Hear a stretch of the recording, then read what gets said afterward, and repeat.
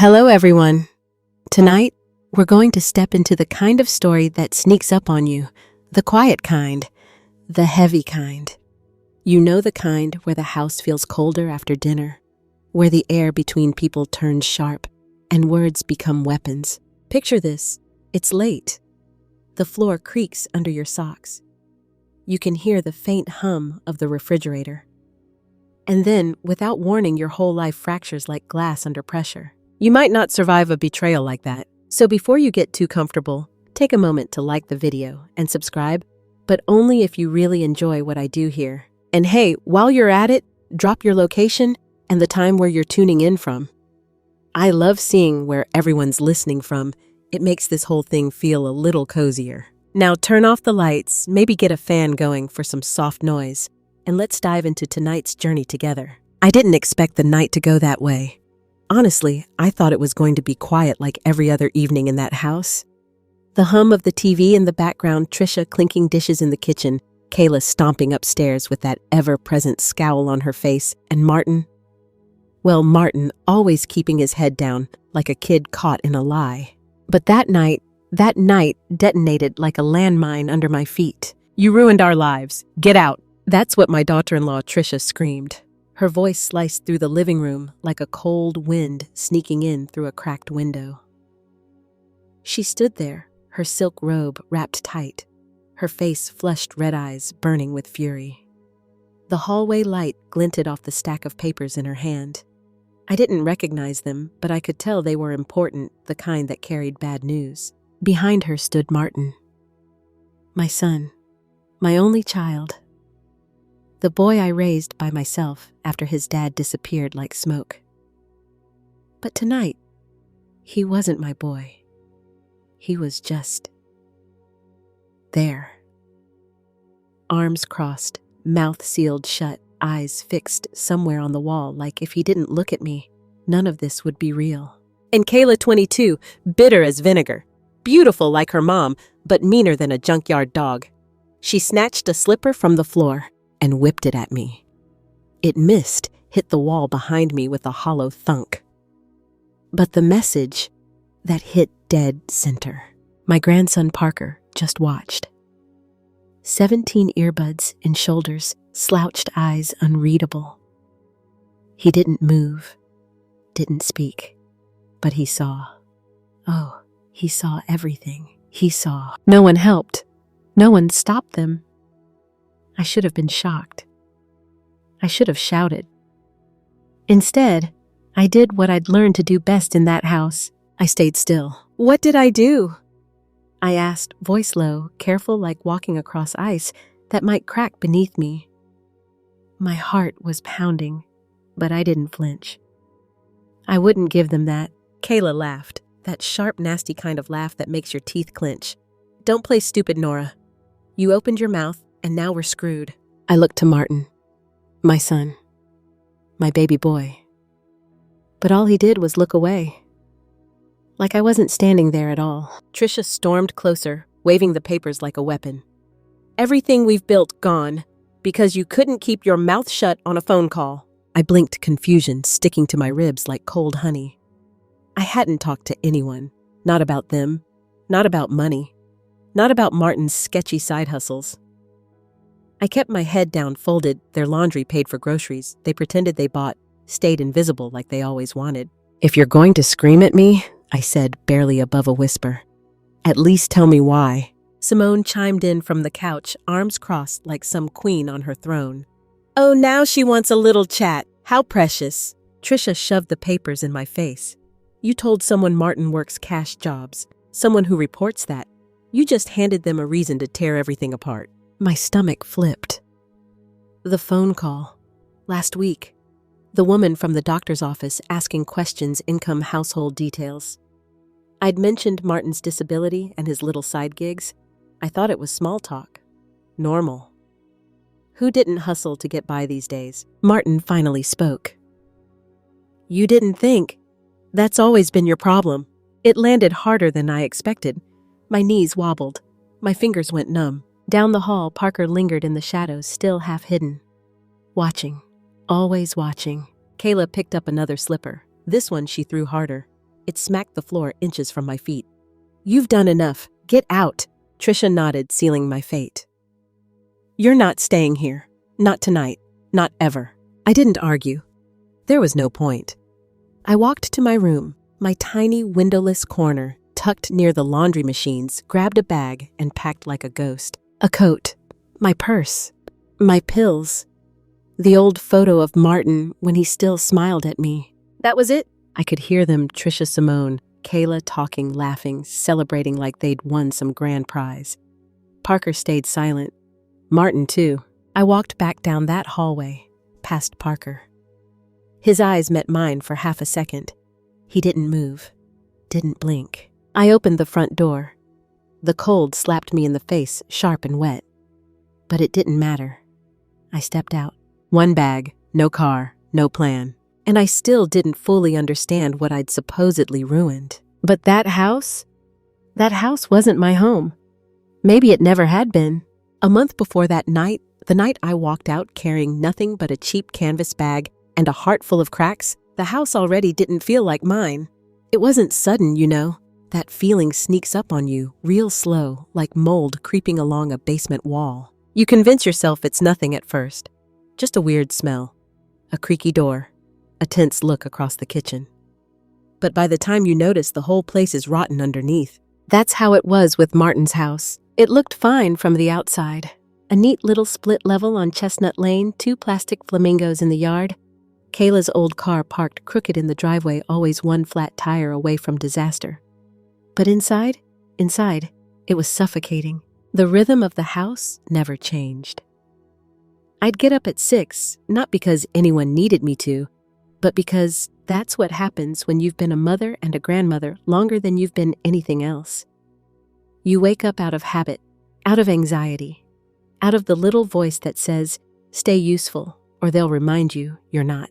Coffee on, laundry folded, counters wiped before anyone else stirred.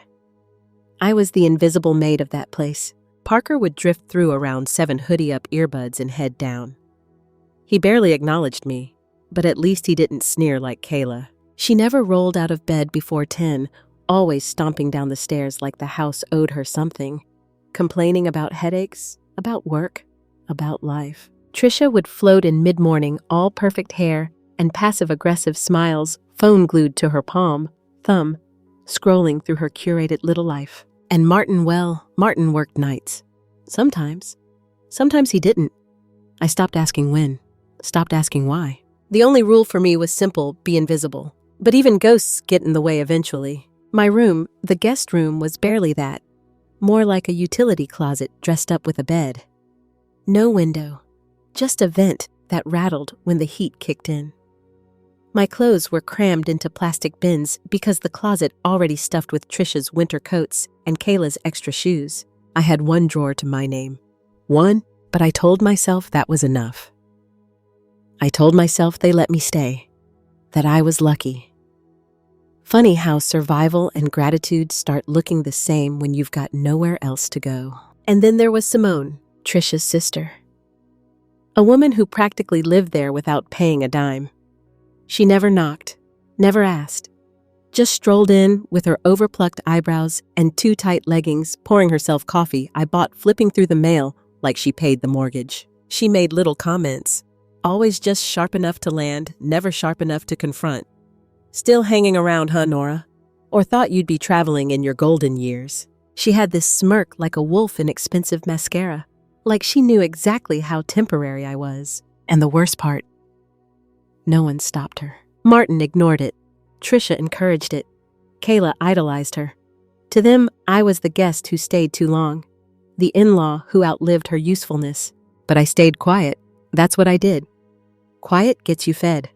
Quiet keeps a roof over your head. Quiet doesn't save you when the walls close in. The morning it all started to unravel, I was making toast. Plain white bread, nothing fancy. I heard the door creak, footsteps behind me, and there she was, Simone in Trisha's robe, looking more comfortable in that kitchen than I'd ever been. "Hey, Nora," she sang, voice sweet as battery acid. "Talked to anyone at the clinic lately?" I blinked. "Just some insurance lady." "Why?" Her smile widened.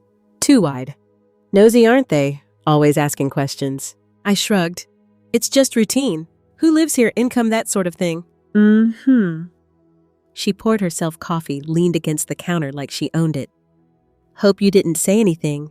Spicy. I frowned. Spicy. You know the government gets twitchy about cash jobs and disability checks. The room tilted.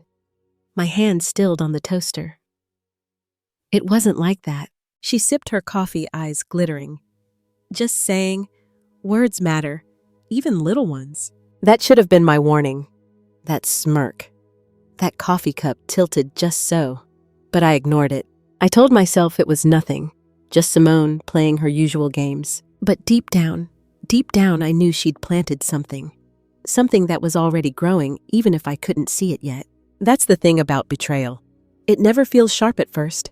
It feels like an itch you can't reach. By the time it draws blood, you're already bleeding. The Tuesday morning, when it really started. The beginning of the end, I guess you'd call it, felt so ordinary, it almost makes me laugh now. You never see the earthquake coming when you're standing in the kitchen folding napkins. It was one of those crisp, cloudy mornings where the light filtering through the curtains makes everything look gray and tired. I was in my usual spot by the sink, stacking clean towels into neat squares, like my usefulness depended on how perfect those corners were. My phone rang, screen lighting up with the clinic's number. Just routine, I thought. The woman on the other end had that bored clipboard voice. You know the one. The voice of someone who has 100 checkboxes to get through and no interest in your life beyond ticking them off. She confirmed my address, asked about medications, the usual. I barely listened, just answered on autopilot while folding. And then came the questions, the ones that slid in too soft to notice at first. Who else lives in the household? I rattled it off. My son Martin, his wife Trisha, their 2 kids, and Simone, sort of. Relationship to you? She asked, typing in the background. Daughter-in-law's sister. She's around a lot. A pause. The faint clacking of keys. Does anyone in the household contribute financially? I didn't think twice. My son owns the house. He's on disability, but he picks up little cash jobs when he can to help cover things. She responded, moving on without missing a beat. I didn't think about it after that. I finished folding the towels. I wiped down the counters.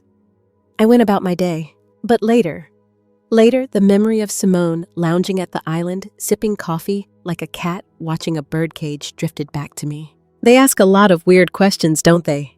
She'd smirked when I hung up. I startled. I hadn't seen her there. Didn't hear her come in. I didn't say anything strange. I defended more to myself than her. She sipped, eyes glinting with something sharp. You know the government doesn't play when it comes to income. I laughed nervously, brushing it off. It's not like that. Just household stuff. Her smile widened. Hope so. She left after that, floating out like smoke. But the pit in my stomach stayed. The next day it got worse. Martin came home late, which wasn't unusual, but the tension wrapped around him like a winter coat. He barely looked at me as he dropped a thick white envelope on the counter. I recognized the return address, some government office. He skimmed the letter, jaw tightening, then shoved it under a pile of coupons without a word. Trisha always tuned in like a hawk spotted me watching. You say anything on that call? She asked, sharp as broken glass. I blinked. What call? Your doctor. The clinic. They asked about income. Oh, yeah. I just told them the truth. Martin does little jobs when he can. Her eyes narrowed, lips curling in disgust. You know he's not supposed to report that, right? He's on disability. You practically handed them an investigation. My mouth went dry. It hadn't even occurred to me. I thought everyone picked up side work these days. I thought it was normal. Simone sauntered in from the hallway. Oops. Guess the cat's out of the bag now, huh? Martin stayed silent, flipping through the pile of mail like he wasn't even in the room. I stood there, frozen, every word from that phone call replaying in my head like a broken record. I didn't mean to. But intention doesn't matter when the floor gives out beneath you. The next morning, the storm hit. Trisha pacing the hallway, voice sharp enough to slice drywall. I don't care what the paperwork says. We were never notified. Now everything's frozen. The checks, the benefits, the fragile financial house of cards they'd built, it was all teetering. And me, I stayed in my room. I stayed invisible. It didn't help. An hour later, I ventured out, heart-pounding, stomach twisted. Martin sat at the table, still in last night's t-shirt, staring at unopened mail like it might explode. Trisha spun around the moment she saw me. "You said too much, Nora," she hissed. I opened my mouth, but she steamrolled over me. "You told them about the side jobs. That's what flagged it. Now everything's paused. The money, the rent coverage, all of it." Martin didn't look at me. His eyes stayed glued to the table. "I didn't know," I whispered. "Intentions don't pay bills," Trisha snapped. I turned to Martin, desperation clawing up my throat. "Say something," he exhaled through his nose. "You should have known better." That's all he gave me. I backed out of the room, legs weak, mind spinning. In the quiet of my windowless room, I finally understood. I hadn't just made a mistake. I'd become the scapegoat, the pawn, the ghost they could blame when their world started cracking. And they were just getting started. It only took 3 days for the whole house to turn against me. 3 days. I don't know why I thought they might cool off, that maybe once the panic settled, once they realized I didn't mean to say anything wrong, they'd back down. But if there's one thing I've learned in life, and trust me, you don't make it to 60 without learning this, it's that people love a scapegoat. They love someone to point at when the walls start caving in. And I made the perfect target. The first day after that envelope arrived, Simone strutted in earlier than usual, wearing that smug expression, like she was already halfway through the victory parade. No knocking, no asking, just straight to the kitchen like she paid the bills. "Morning, Nora," she called, pulling out a chair. "So, I hear our house snitch made friends with the government." I gripped the sink, my knuckles turning white. Kayla sat at the counter with a bowl of cereal, scrolling on her phone, not even bothering to look at me. "She's a liability," Kayla muttered, chewing. "Honestly, why is she even still here?" Trisha's voice floated in from the hallway, casual, sharp as a blade. "She's lucky we even gave her a room." I waited a beat, tried to steady my hands. Then, like nothing was wrong, I walked out, poured myself water, the weight of their eyes, or worse, their calculated avoidance pressing in around me. Simone tilted her head, grinning like a hyena. "Maybe you're just forgetful, Nora. Old brains do that. Can't always tell what's private and what's not." Kayla giggled. "We should get her one of those baby monitors. See what else she blurts out." My hands shook. I gripped the glass tighter, but I didn't say a word. Because deep down, I knew. This wasn't a misunderstanding anymore. This was exile. They weren't angry, they were orchestrating, preparing me to leave, to crumble, to disappear quietly so no one had to feel guilty. By the 3rd day, the house had turned into a stage, and I was the unwanted prop everyone danced around. I overheard Simone on speakerphone pretending to whisper. "Nora's losing it. She's becoming a problem. And loud enough for me to catch it, and she's not even paying rent." That night, they announced a girls' night, something they hadn't done in months. I knew what it meant. I knew exactly who the entertainment would be. I stayed in my room, lights off, curled on the bed, with the TV on mute for background noise. But the walls in that house, paper thin. The fake laughter spilled through like poison gas. Glasses clinking, high heels tapping across the floor. And then the worst sound of all, my name tossed around like a joke. Wait, Kayla screeched, already breathless with laughter. "Let me do the impression." The room fell quiet. Then in a high, shaky voice, dripping with mockery. "Well, the government asked, so I told them everything about my hardworking son." Roaring laughter. Simone chimed in, adding in a whiny falsetto, "Don't forget where she says, 'I didn't know I wasn't supposed to.'" More cackling. Trisha's voice cut through. "Oh my God, that's too real." I sat frozen on the bed nails, digging into my palms, the laughter crackling through the vents like smoke. But they weren't done. Kayla between giggles. "Should we just make it easy and push her out? Like, how long are we gonna pretend she's not a parasite?" Simone's syrupy voice. "I say we make her leave on her own. That way no one has to feel bad." And then Trisha with that ice-cold certainty that only comes from months of planning. "Oh, honey, the seeds are already planted." I didn't cry. I didn't storm out. I sat there listening, shrinking by the second, dissolving into nothing, in the same house I'd once helped pay for. The same house I'd cooked meals in when Martin and Trisha were too broke to order takeout. The same house I'd folded endless towels for, wiped endless counters for, all while pretending I wasn't slowly disappearing. The next morning, the performance continued. No mention of the party. No looks of guilt. Just coffee, poured cereal bowls clinking, and that suffocating sense that I wasn't there. Kayla wore sunglasses at breakfast, probably hungover. Simone scrolled on her phone, ignoring me. And for the first time, it hit me with absolute clarity. This wasn't about the phone call. That was just the spark. They'd been building this for a while, waiting for the right excuse to make it my fault. The exile wasn't accidental. It was deliberate, and they were nearly done. The night I left wasn't some dramatic glass-shattering, door-slamming scene from a movie. No screaming, no last-minute confessions, no desperate pleas. It was worse than that. It was quiet, calculated, a slow, surgical extraction of my existence from that house, and everyone played their part perfectly. Trisha made chicken for dinner that night, her signature lemon rosemary recipe. The one she always bragged about at work potlucks. The kitchen smelled incredible, but no one offered me a plate. I sat at the table for a moment, just watching. They ate. They laughed. They passed the rolls.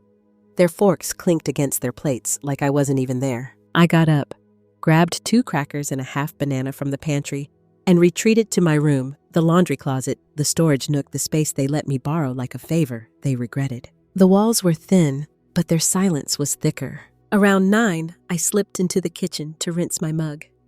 Martin sat on the couch, arms crossed, eyes glued to the TV, a rerun of some home improvement show droning in the background.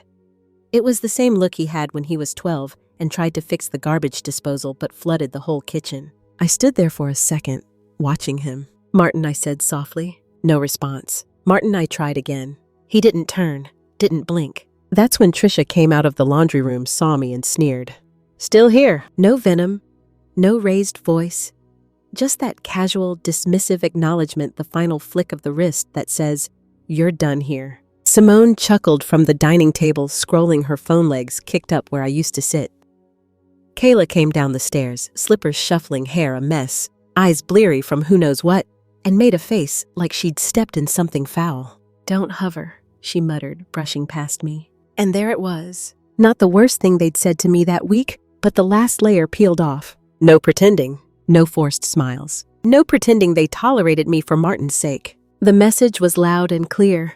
"You don't belong here anymore." I turned down the hall, shut the door behind me, and started packing. It didn't take long. I didn't own much. A few changes of clothes, my arthritis medication, a small envelope of emergency cash tucked into a sock. Old habits die hard. A photo album, worn edges curling pages full of birthdays and scraped knees, and Martin's graduation day. The good years before the walls of this house swallowed me whole. I folded everything neatly, checked the drawers twice, left the spare house key on the desk. No note.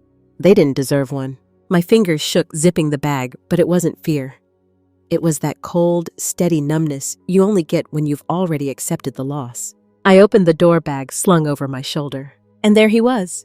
Parker, 17? Shoulders slouched, earbuds dangling around his neck. The only one in that house who hadn't openly hurt me, but the only one who hadn't helped either. I paused, looked at him. His eyes flicked to my bag, then back to my face. "I'm leaving," I said quietly. He didn't speak, didn't ask why. Just nodded once, slow and heavy, like he'd been expecting this moment, like maybe he thought it should have come sooner. I walked past him, my footsteps quiet against the worn hallway rug. The overhead light flickered once. Kayla's door was open. Laughter spilled out from her phone, some video, some joke that had nothing to do with me, because nothing ever did.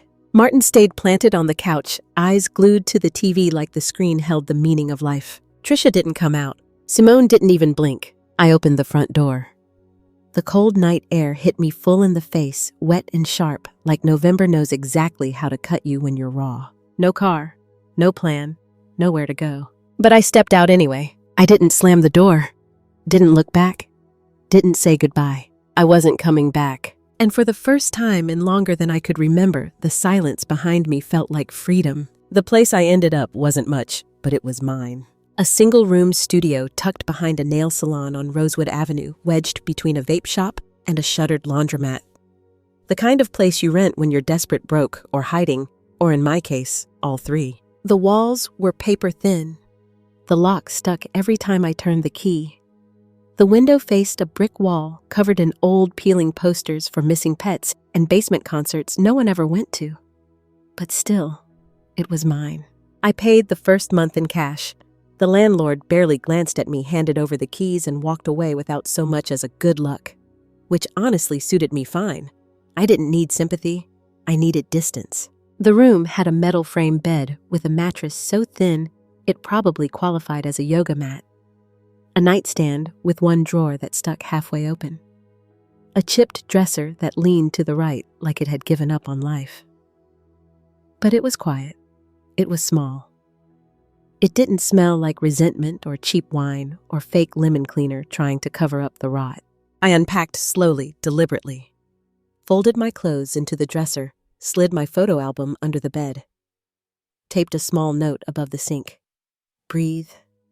You're not there anymore. It wasn't much, but it felt like breathing for the first time in years. The first few days were strange, quiet in a way that almost hurt. You don't realize how used to tension you are until it's gone, and all that's left is the hum of your own nerves. I made instant oatmeal for breakfast, sat on the edge of the bed eating with the little plastic spoon they gave me at the corner store. Watched reruns of game shows on low volume, listened to the neighbors downstairs argue about lottery numbers and laundry schedules. It was noisy, sure, but not the kind of noise that knots your stomach. Just life happening outside my door. I didn't tell anyone where I was. Not Martin, not Trisha, not Simone, not even Parker, though I thought about him more than I wanted to admit. For the first few days, my phone stayed silent. No texts, no missed calls, no guilt-laced voicemails trying to reel me back in with half-hearted apologies and performative concern. I told myself this was what I wanted, to disappear, to be free, to breathe, and for a little while I believed it. But silence has teeth when it lingers. By the second week, I was checking my phone a little too often, hovering over Parker's name in my contacts, thumb hovering over the call button, closing it again, over and over. I didn't want to drag him into the mess. He stayed quiet during the fallout, stayed neutral. At least that's what I thought. Until Sunday morning. The first missed call came as I was pouring tea. The screen lit up Martin. I stared at it, let it ring out, turned the phone over. 5 minutes later, Trisha. Then Kayla. I didn't answer. An hour passed. Another call. A number I didn't recognize. Then 2 voicemails. I didn't listen. That night, I buried the phone under a towel, powered off heart pounding for reasons I couldn't name. Maybe hope, maybe fear, maybe both. The next morning, worse. 10 missed calls, 3 voicemails, 2 texts, all from Martin. The first, we need to talk. It's about Parker. The second, just one word. Please. That one cracked me right down the middle. I sat on the edge of the bed, phone in my lap, heart thudding like a war drum in my chest. They weren't calling to apologize. They weren't calling because they missed me. They were calling because something was broken. And for once, they couldn't fix it without me. I forced myself to listen to the first voicemail. It was Kayla's voice, but not the sharp, biting version of her. This one was shaky, high, raw. Grandma, please, it's Parker. He's missing. We can't find him. Please, if you hear from him. The rest blurred. My mind raced. Missing. Gone. Every possible scenario flooded my brain. Dark alleys, cold bus stations, park benches with no place to go. I hadn't spoken to him, hadn't reached out, hadn't asked how he was. And now they were calling me because their lie, their manipulation, their control, it had finally pushed too far. I turned the phone off again, not out of spite this time, out of fear, because deep down, I already knew. They weren't calling to apologize. They were calling because their house of cards was collapsing, and Parker was the first one to escape. I didn't sleep that night, not a minute. I lay there on that too thin mattress, staring at the cracked ceiling of my tiny studio, tracing the crooked water stain that looked vaguely like a broken heart. My phone sat face down on the nightstand. Every creak from the hallway outside made me flinch. Every car door slamming on the street sent my pulse racing. And in my mind, only one thought spun round and round like a record stuck on the worst part of a song. Parker's gone. I couldn't breathe, couldn't move, could barely think beyond that cold, gnawing fear. The next morning, I caved. I powered on my phone and the floodgates opened. 17 missed calls, 3 more voicemails and half a dozen texts, all repeating the same desperate song, "He's missing." He left a note. "We don't know where he is. Please call us." I didn't trust them. Not after everything. Not after the setup, the exile, the manufactured guilt. But Parker wasn't like them. And I couldn't sit here in this shoebox of an apartment while my grandson vanished into the dark corners of this city. I called his school. The receptionist transferred me to the counselor, a woman named Miss Keller. The name rang a faint bell. Parent-teacher night years ago. Parker's awkward smile, her kind handshake. Her voice was cautious when she picked up. "Mrs. Monroe." I hesitated at my married name. It felt foreign now, but I nodded anyway, even though she couldn't see me. I'm Parker's grandmother," I said. "Have you heard anything? They're saying he's gone." A pause. Papers rustling in the background. Her tone softened. "He's been struggling," she admitted. "He told me he wished he could live with you." My chest tightened. Did something happen? Her voice lowered, the quiet kind of serious. "Last week, he got into an argument with his sister. He said she called him weak for defending you. Told him if he loved you so much, he should just go live with his precious grandma." The words hit like a sucker punch. I squeezed my eyes shut. "Did he run away?" "No," she replied quickly. "He came to school the next day, but he was quiet, withdrawn. I told him he could always come to me if something happened." But that was the last real conversation we had. I thanked her, hung up, sat in the middle of the bed, my hands clenched in my lap so tight my knuckles cracked. They lied. Those voicemails, the panic, the dramatics, they made it sound like he disappeared into thin air. But the truth, they pushed him out. Emotionally, maybe even physically. They made him feel unsafe. And now they were scrambling, trying to paint it as his fault, as my fault. My phone lit up again. Trisha. I didn't answer. Then Simone. Declined. Then Martin. I stared at his name for a long moment, thumb hovering. Finally, I answered. "Hello," I said, voice like ice. There was a pause. Then Martin's voice cracked small. The boy I used to rock to sleep leaking through the man I barely recognized. "Mom!" "What happened?" My tone stayed steady, cold. "He's gone," he admitted. "We've called everyone. The police? They won't take a report unless he's still missing by tonight." "Why are you calling me?" I asked, biting off every word. Silence. Then, "We thought maybe he came to you." I almost laughed. The audacity. "Why would he do that?" I asked flatly. Another long pause. "Because..." Martin exhaled hard. "Because you're the only person he still talks about. Like he trusts." That landed right in my gut. I didn't tell him what Miss Keller said. Didn't tell him I knew about Kayla's cruel words, the manipulation, the way they painted Parker as weak for having a conscience. I stayed calm, steady. "If I hear from him," I said, "I'll let you know." And I hung up. I sat there gripping the edge of the bed, heart racing like a drum solo gone wrong. This wasn't an accident. This wasn't a rebellious teenager pulling a stunt. This was a kid seeing the truth and running before they broke him like they broke me. And if he showed up at my door, I already knew. I wasn't sending him back. It was just past noon the next day when the phone rang. Unknown number. Just one ring, barely a blip before it cut off. I stared at the screen, my pulse pounding in my ears, thumb hovering over the redial button. I expected silence. A voicemail from some scammer. Maybe Trisha using another number. But when the line clicked, someone answered. "Hello," a young male voice, hesitant, familiar. I froze. My throat tightened. "This is Nora," I said cautiously. "I'm trying to reach Parker." A pause. A breath on the other end. Then muffled sounds, movement, a door creaking, and finally his voice. "Grandma!" It cracked something deep in me. That one word. "Parker," I breathed. "Are you okay? Where are you? I'm safe, he rushed to say. I'm with Malik. He let me crash at his place. I didn't know what else to do. I didn't want to go to school today and have them call home. I sat down hard on the edge of the bed, knees buckling with relief and panic all tangled together. Are you hurt? I asked. Do you need anything? No, he replied quickly, but his voice wobbled at the edges. Can I come to you? The question cracked me wide open. Of course, I whispered, my voice thick with everything I wanted to say and couldn't. A beat of silence. They lied, didn't they? He said finally. They made it sound like I ran away. But they kicked me out. I closed my eyes, steadying my breath. I needed him to say it, to claim the truth for himself. What did they say to you? I asked, gentle as I could. His voice tightened. I heard it, the effort not to cry. Kayla called me a traitor, he muttered.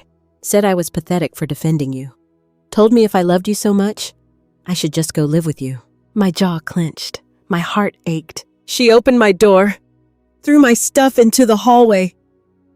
He continued, his words tumbling faster now, like he'd been holding them in too long. Trisha didn't say anything. Simone laughed. Dad told me to. Just let it go. Stop being dramatic. A lump lodged in my throat. My hands trembled in my lap. You didn't do anything wrong, I said softly, fiercely. They just didn't like that you saw them for who they really are. Another beat of silence. I didn't want you to leave, he whispered. I wanted to say something, but I didn't know how. I know, I replied.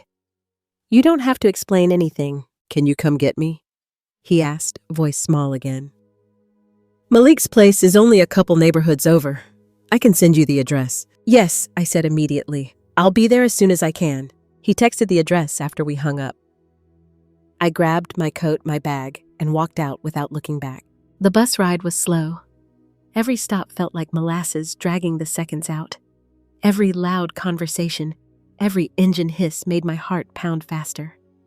I checked my phone so many times my battery drained by half before I even got there. Finally, the address popped into view, a small duplex with peeling paint and a crooked mailbox. Parker sat on the front steps, hoodie pulled up, duffel bag at his feet. He looked smaller, paler.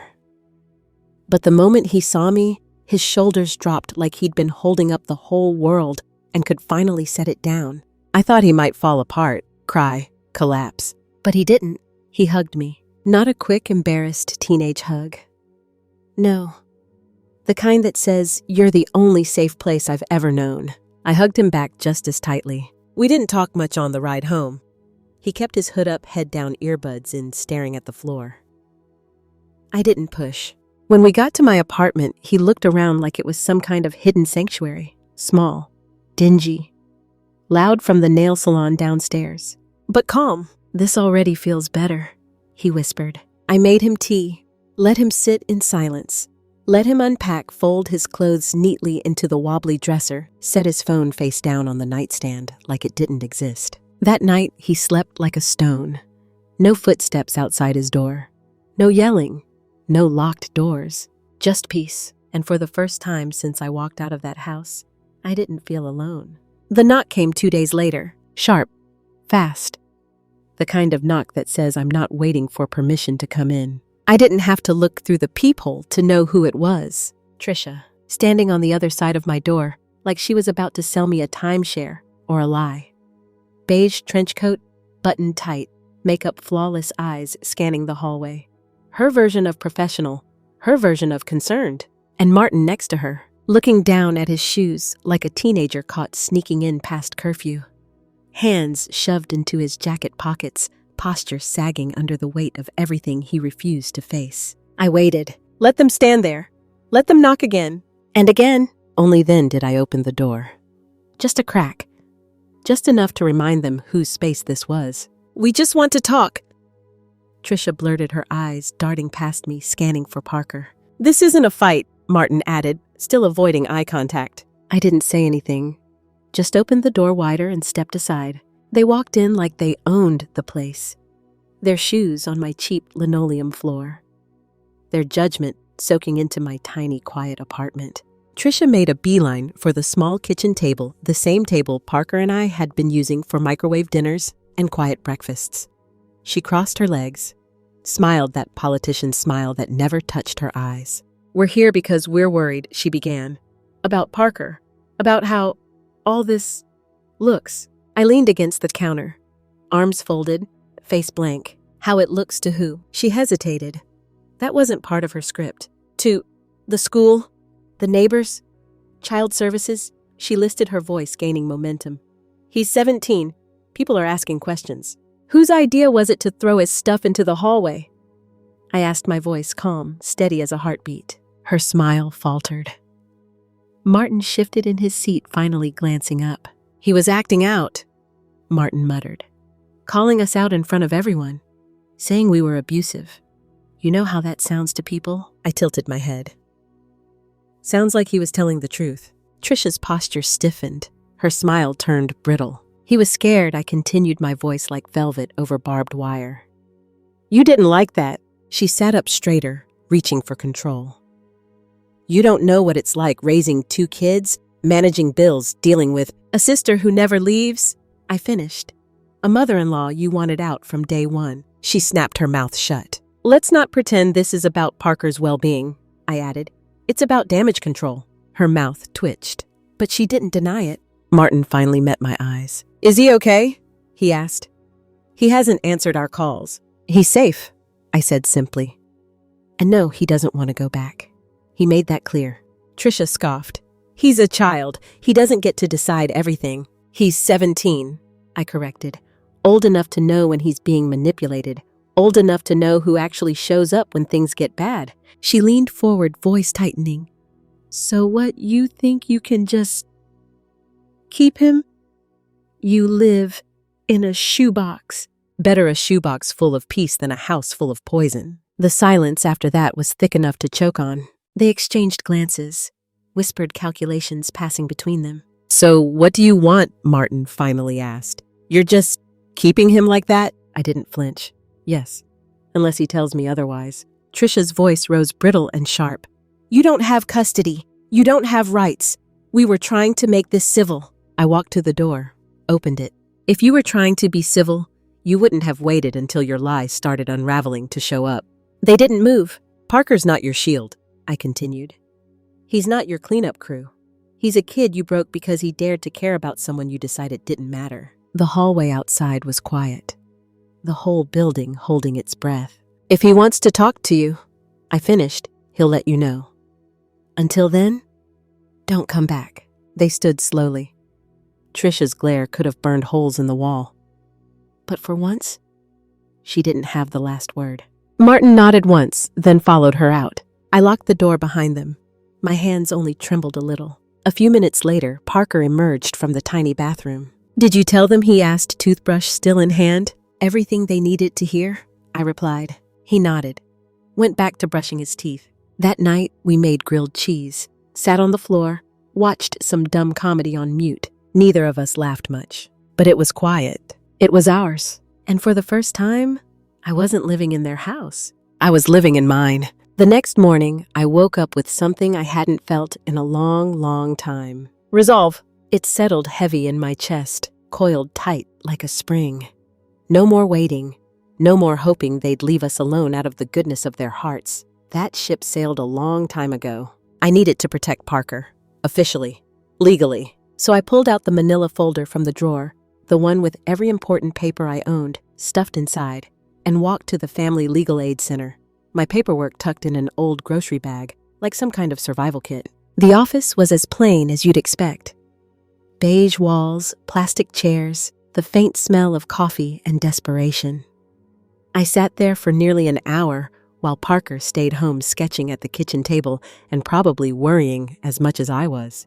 When they finally called my name, I met with Ms. Alvarez, a sharp-eyed woman in her 40s with a no-nonsense ponytail and reading glasses perched on her nose. She had the look of someone who'd seen every family mess imaginable and wasn't impressed by any of it. "Tell me everything," she said, flipping open her notebook. And so I did. I told her about the exile, the phone call, the envelope, the manipulation, How they threw Parker's things into the hall like he was trash they'd finally taken out. How the school counselor confirmed he didn't feel safe. I even pulled out my phone, the voicemails, the text messages, the social media posts Kayla made the night I left, including the one with her laughing caption finally pushed the parasite out. Ms. Alvarez didn't flinch, but her pen started moving faster. "You're not his legal guardian," she said matter-of-factly. "But based on this, we can file for emergency temporary custody." My pulse jumped. Will it work?" She shrugged, practical. "Depends on the judge. But this," she tapped the printed screenshots. "You've got a solid foundation."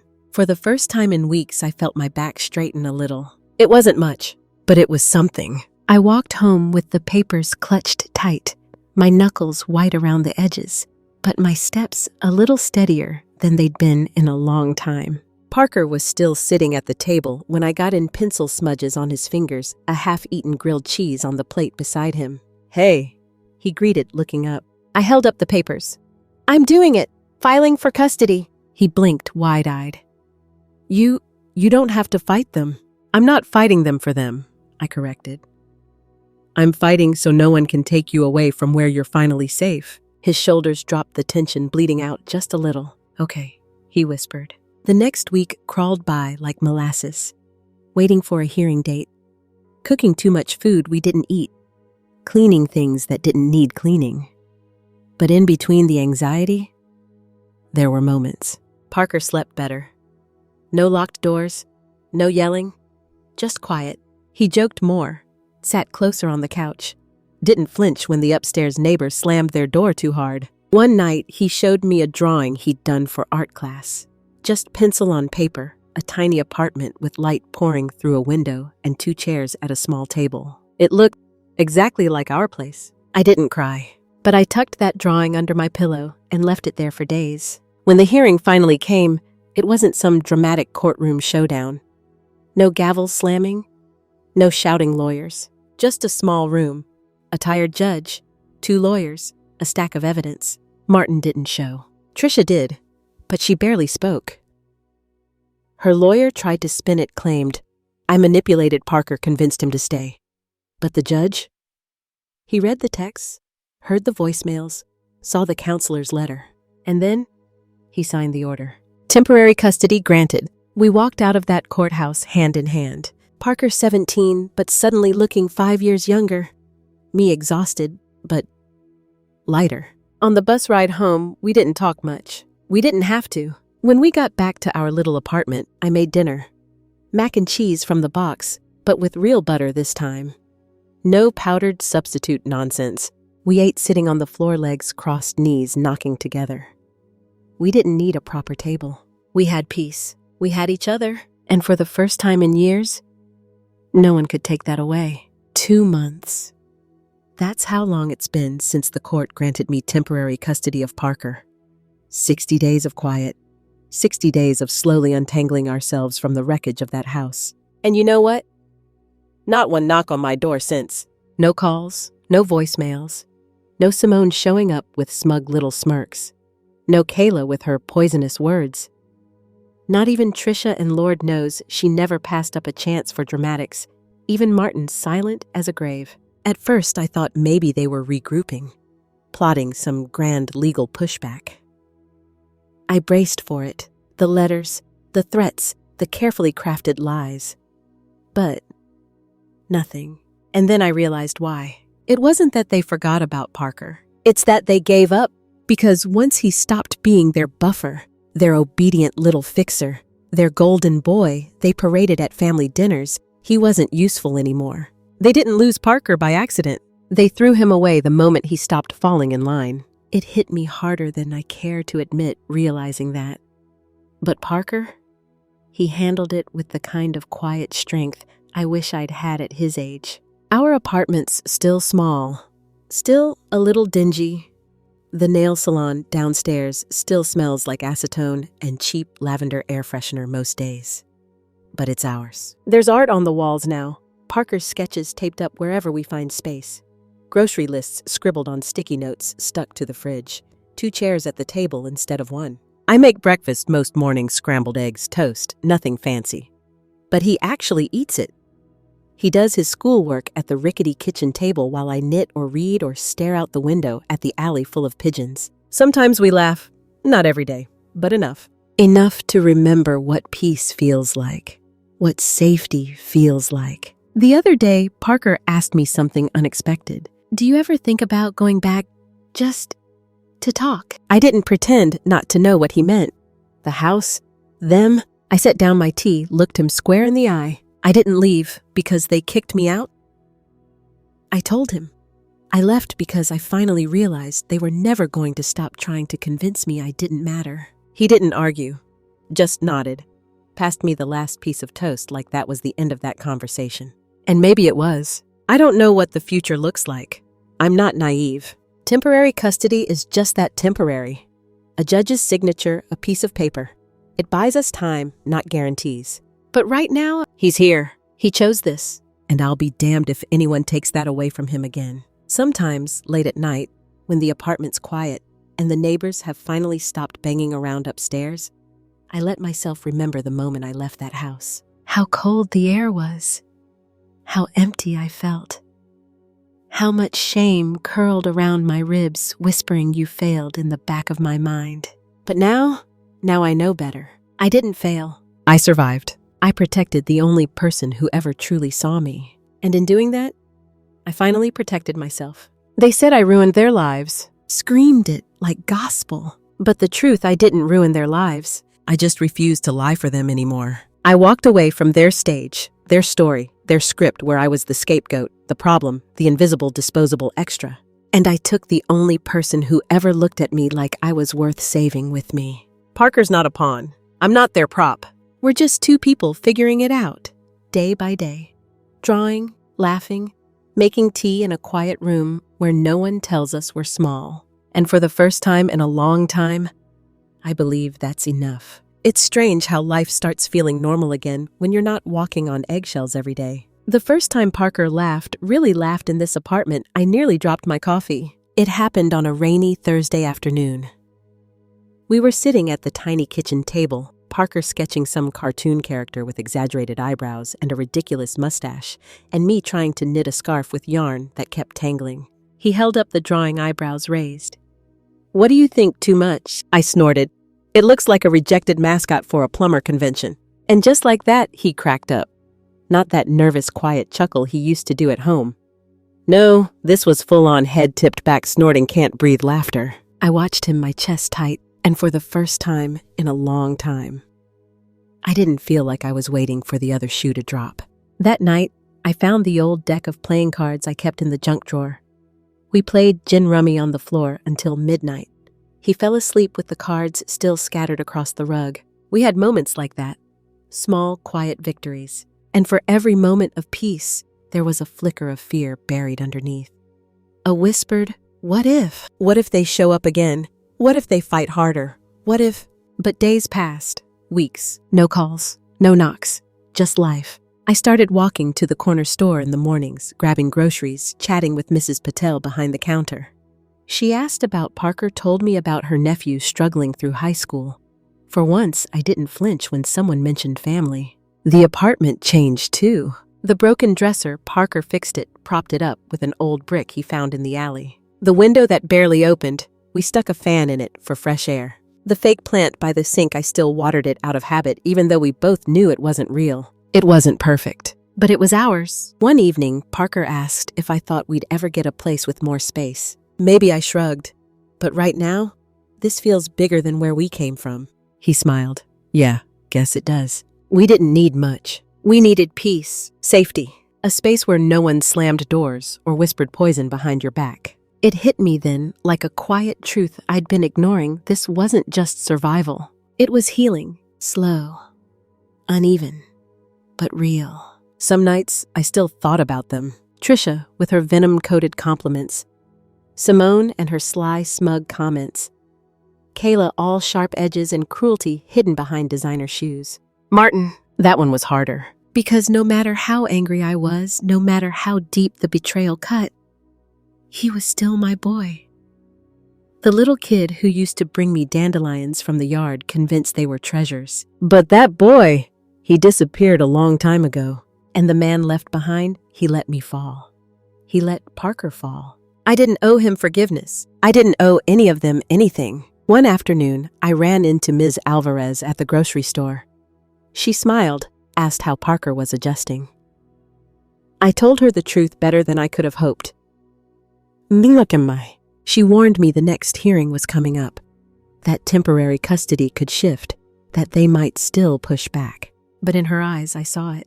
We had a shot, and sometimes that's enough. Parker started drawing more, filling his sketchbook with apartments, parks, quiet spaces. One sketch caught my eye. It was us, sitting at the kitchen table. A steaming mug between us, 2 chairs, a small lamp casting soft light. I looked older in the drawing, more lines on my face.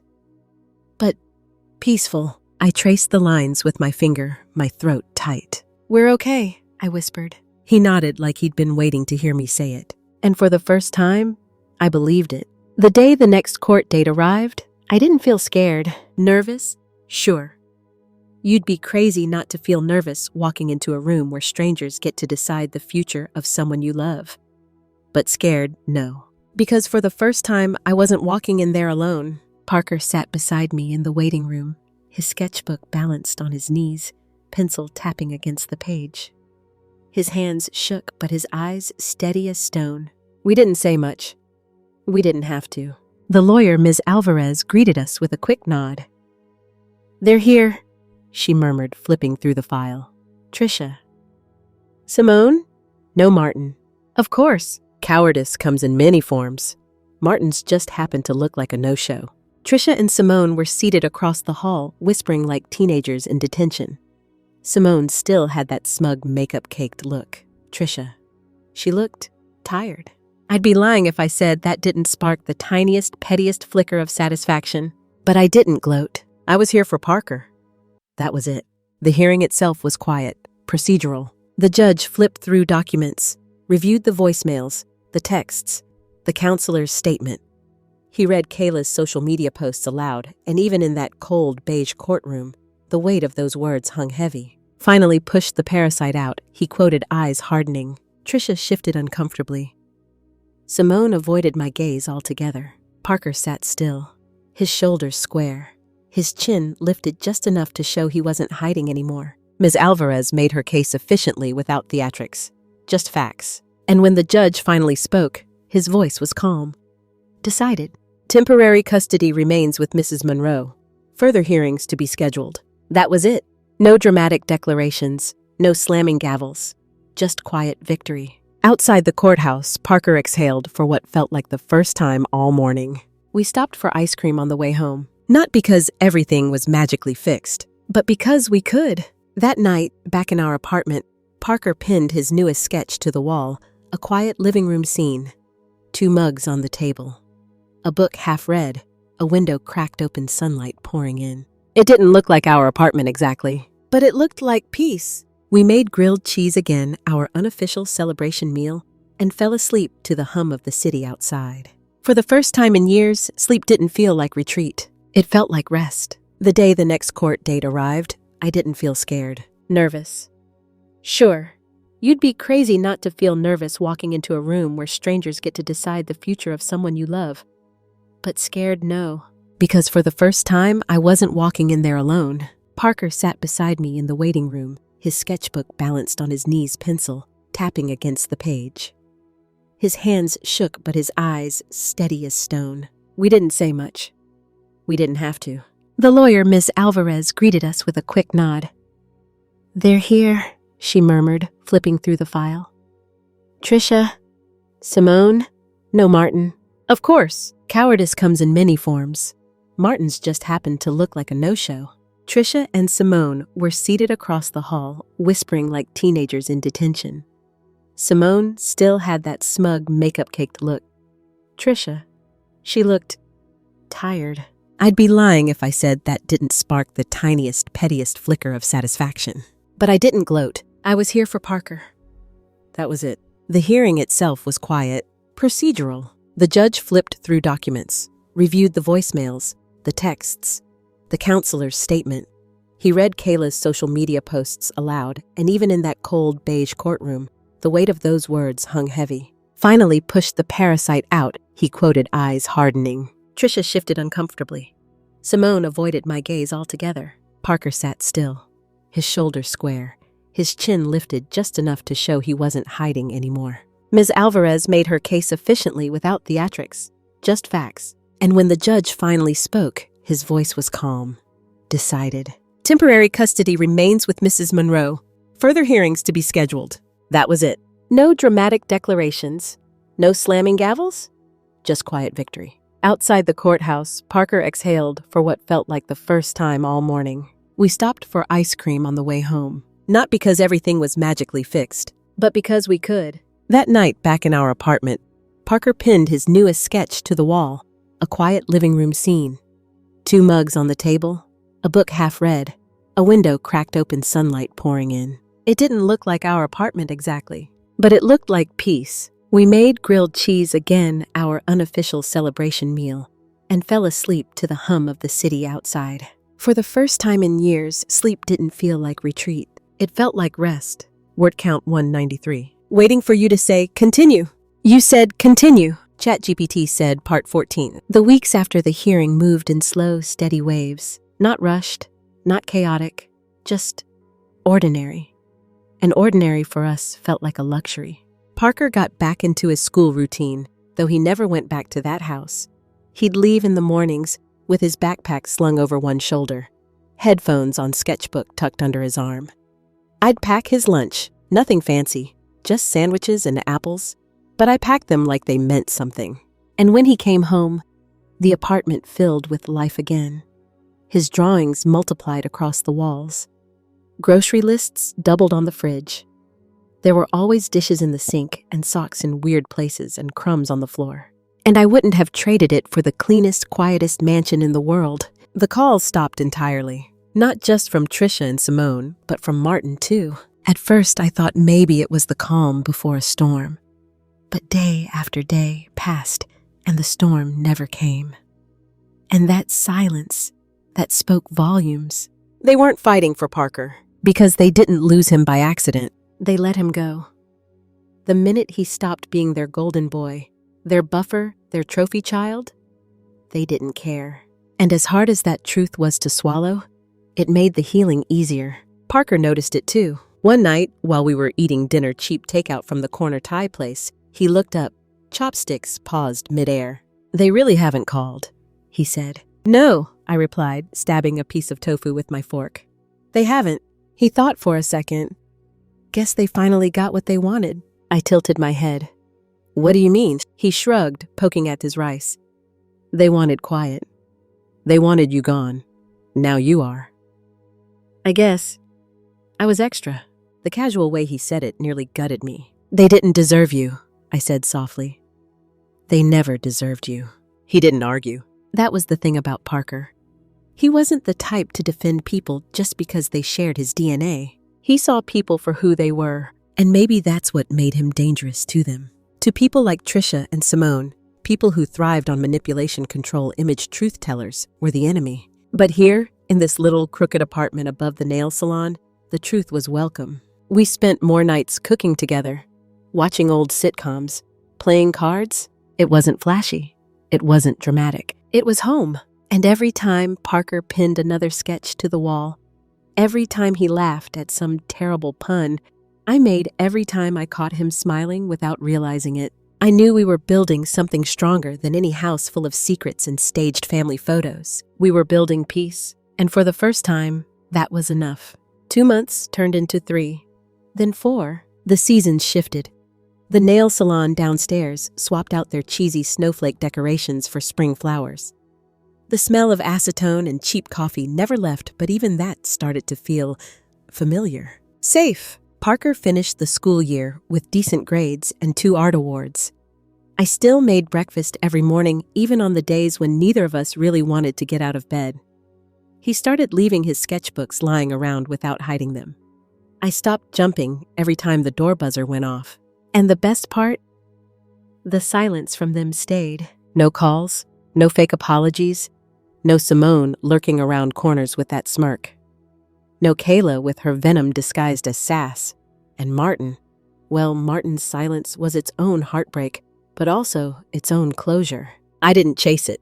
Didn't chase any of them. I had chased enough in my life. Some nights, Parker still had bad dreams. I could hear him from the other side of the thin walls, mumbling, tossing fists clenched tight like he was still bracing for the next insult, the next betrayal. But he'd wake up. He'd shuffle out of his room blanket around his shoulders like a makeshift shield and sit at the kitchen table scribbling until his breathing slowed again. We didn't always talk about it, but he knew I was there. And that was enough. The legal aid office called a few weeks back. Ms. Alvarez told me the next custody hearing was set, but honestly, it felt different this time. The temporary order held. Parker stayed with me. The paper trail, the voicemails, the counselor's letters, Kayla's nasty social media posts, they weren't going anywhere. And most importantly, Parker didn't want to go back. The law saw that, the court saw that, and deep down, so did Trisha. So did Martin. That's why they stopped fighting, because winning would have meant dragging Parker back into a house he no longer believed in. And their power? It only worked when people played along. One afternoon, as we sat at the kitchen table playing cards, Parker laid his hand down and smirked. You know, I think we're okay. I smiled, setting my cards aside. Yeah? He nodded. It's not perfect, but it's ours. The corners of my mouth twitched. That's the only kind of perfect I ever wanted. He leaned back his chair, creaking.